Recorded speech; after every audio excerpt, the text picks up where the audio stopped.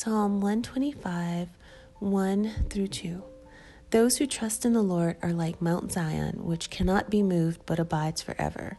As the mountains surround Jerusalem, so the Lord surrounds his people, from this time forth and forevermore. Hi, you guys.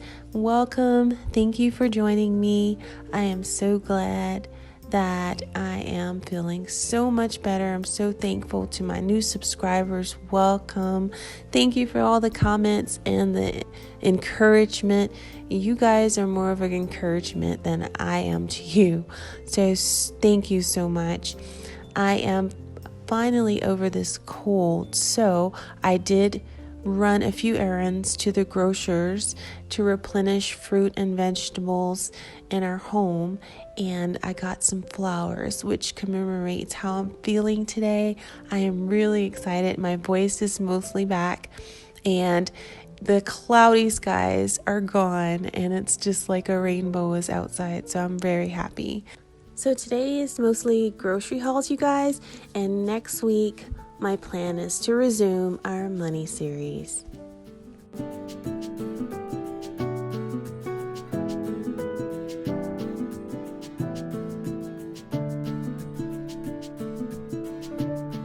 And I decided to just run my errands and pick up a few items, just replenishing mostly fruit. And with school starting, I'm going to be doing some batch breakfast cooking.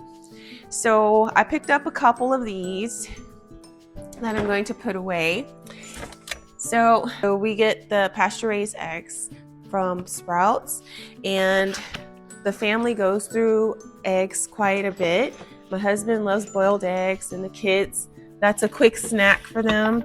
And I saw this hand soap collection from Hudson Home, and it has essential oils, and I don't know, I just like the bottle.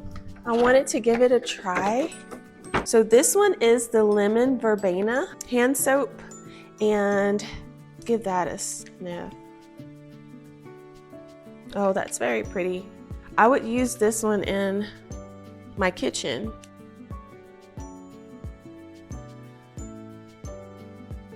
Yes, success.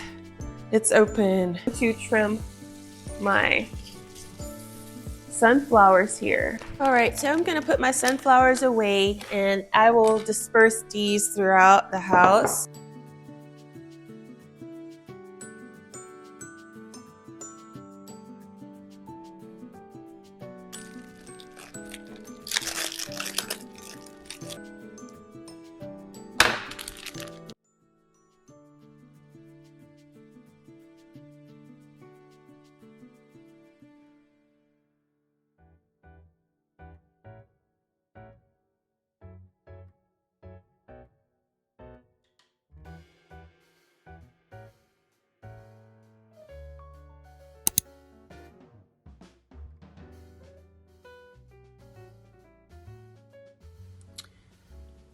There is an old newspaper clipping from the 1980s from a local Cape Cod newspaper that contained a beautiful poem for mothers that I would like to share. It really sums up what we need to hold on to and what we mothers need to keep showing the generations to come from our homes. A house should have a cookie jar for when it's 3:30 and children hurry home from school. As hungry as can be, there's nothing quite so splendid in filling up children as spicy, fluffy ginger cakes and sweet milk in a cup. A house should have a mother waiting with a hug, no matter what a child brings at home, a puppy or a bug.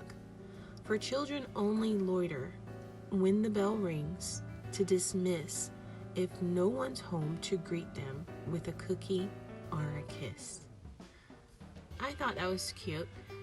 There is no author to this. It was just in a newspaper, old newspaper.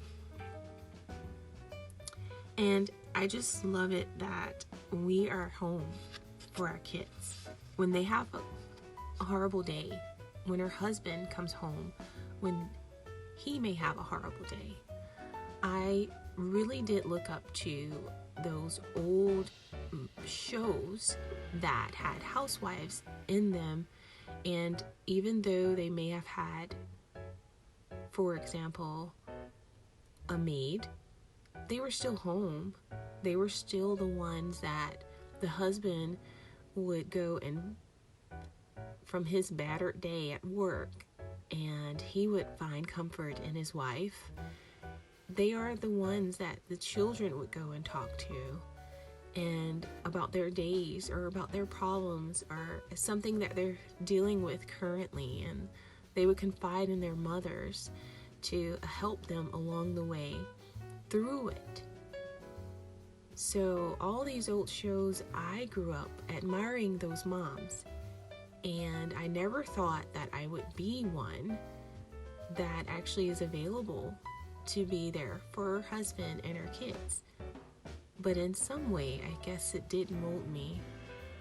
I do know that I was always attracted to and gravitated towards those shows. Those were always my favorite. And in some of those shows, maybe the mom ventured off and went and found a job and worked outside the home. But it would only be for a short period. Eventually, she would end up going back to her home, stay-at-home status. So it's very comforting to know that mothers are there for their children, for their husbands, and that we are those that they can come to and confide in. And we should be so grateful to be available for them when they go through these difficulties or these happy moments, and we can be there and help them through these memories and be there with them, sharing in these memories. It is such a blessing, and I pray that you guys find it so much of a blessing as I do.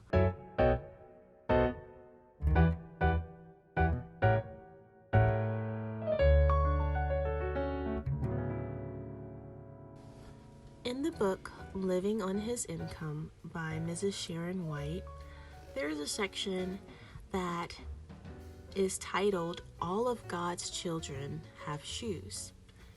And it is so wonderful to share this, and I'm thinking about sharing this with my kids as well.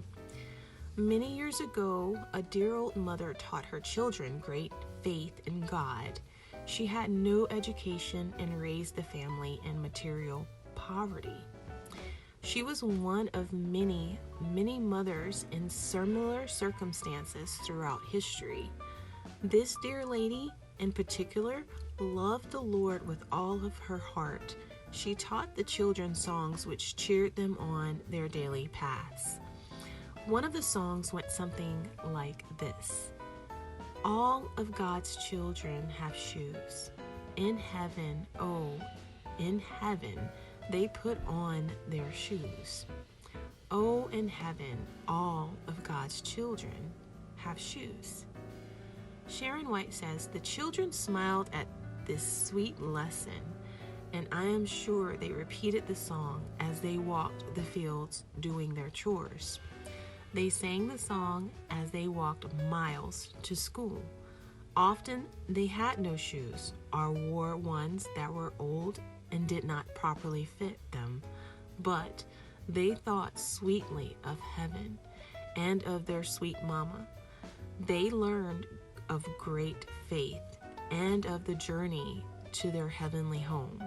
There was something much more important to those children than just their own lot they were given in life.